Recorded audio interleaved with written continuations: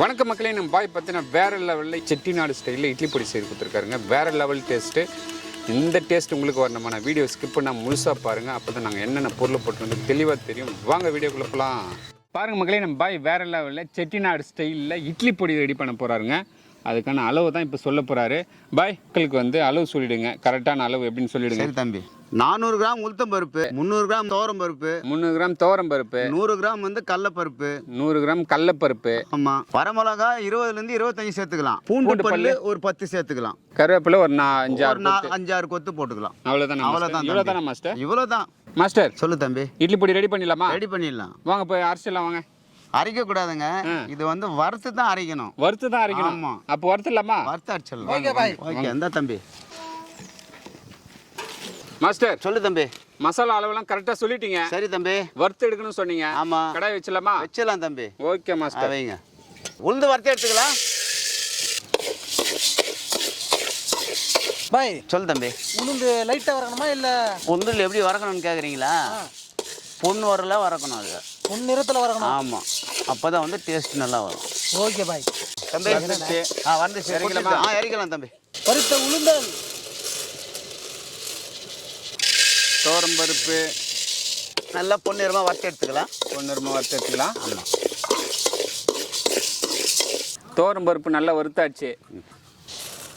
கடலைப்பருப்பு வறுத்து எடுத்துக்கலாம். Okay master.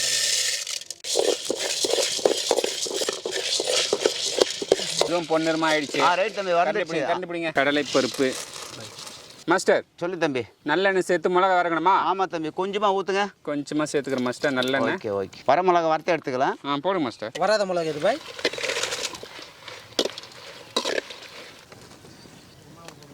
நல்ல எண்ணெயில் வந்து பூண்டு வறுத்து எடுத்துக்கலாங்க. போடுங்க மாஸ்டர். கறிவேப்பிலை சேர்த்துக்கலாம்.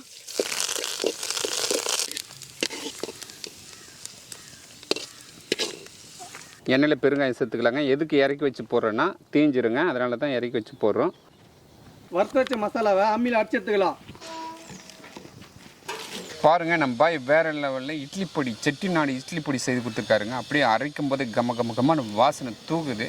பாய் சொல்லுங்கள். இது ஒரு பாட்டில் ஸ்டோர் பண்ணி வச்சா எவ்வளோ நேரம் கிடையாது? ஒரு வருஷம் வரலாம் கெடவே கிடையாது. ஒரு வருஷம் வரையும் கிடையாது. வருஷம் கேரண்டி அதுங்க. ஓகே, பாருங்கள், ஒரு வருஷம் வரையும் கெடாதுங்க. அதனால் பாட்டில் ஸ்டோர் பண்ணி வச்சுங்க. மாஸ்டர் செட்டிநாடு ஸ்டைலில் இட்லி பொடி செய்து கொடுத்துருக்காரு. இட்லியும் செய்து கொடுத்துருக்காரு. குஷ்பு இட்லி. ஆமாம், ஒரு பொடி பிடிச்சிடலாம். இந்த மேலாப்பில் பரப்பரன்னு தூவி ஒன்றுண்ணா பாய். ஆமாம் ஆமாம்.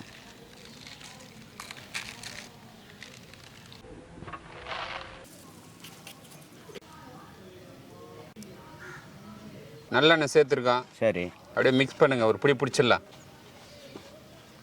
தம்பி. எல்லாம் மிக்ஸ் பண்ணிட்டேன். ஓகே பாய், சாப்பிடுங்க.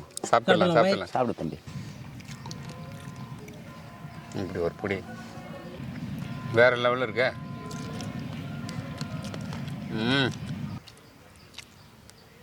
சாப்பிடுங்க பாய்.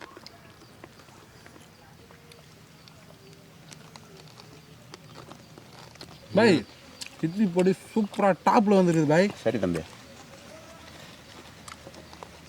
செம்ம டேஸ்ட்டுங்க.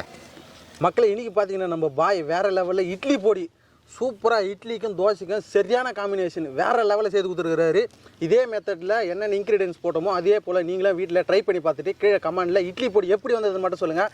மக்களை இந்த வீடியோ பிடிச்சிருந்தா நம்ம சேனலில் லைக் பண்ணுங்கள், ஷேர் பண்ணுங்கள், கமெண்ட் பண்ணுங்கள், சப்ஸ்கிரைப் பண்ணுங்கள். அது மட்டும் இல்லாமல் இன்ஸ்டாகிராம், ஃபேஸ்புக் பேஜை ஃபாலோ பண்ணுங்கள். பாய்.